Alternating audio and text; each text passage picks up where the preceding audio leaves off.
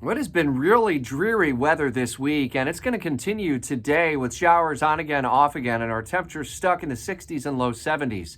This ugly weather pattern will eventually break by later in the week. Chief meteorologist Mike Burrish is spotting brighter skies for Saturday and Sunday especially.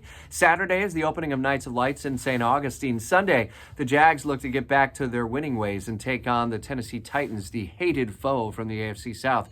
It's unclear whether Zay Jones may be on the field for the Jaguars. Obviously, he's had the knee injury throughout much of this season, and then this week's arrest for a misdemeanor domestic violence charge, a domestic battery, is the charge that Zay Jones is facing. Bonded out of jail, first appearance was on Tuesday, and his status remains unclear. We'll continue to update that story.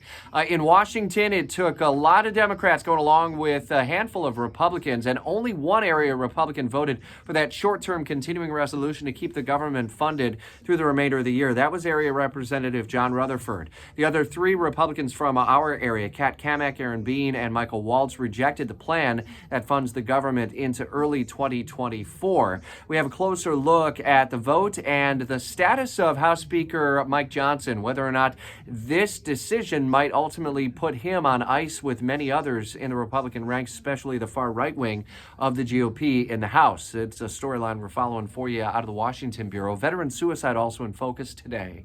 And a closer look back to the Jaguars for a moment as we have a chance to visit with former Georgia Bulldog and defensive lineman Travon Walker on his effort to give back to the community, Thanksgiving meals, how you can be involved, and the ways that he is working to try to make this Thanksgiving a little brighter for hundreds of local families. We'll also have a chance to catch up with him on Georgia, back to the top spot in the college football playoff, and a look ahead to how the defense can get back to its tougher ways against the Tennessee Titans. It's in our spotlight at 8:10 this morning on Jacksonville's Morning News. A lot of events happening in the 904 this coming weekend, and hopefully brighter skies for the brightening of lights in St. Augustine. Nights of Lights returns on Saturday. Head to our spotlight story at WOKV.com for a closer look at all the other events that are happening throughout Northeast Florida this week and upcoming weekend. We'll see you on Jacksonville's Morning News 5 to 10 a.m. today and every weekday on 104.5 WOKV and streaming on all platforms and devices.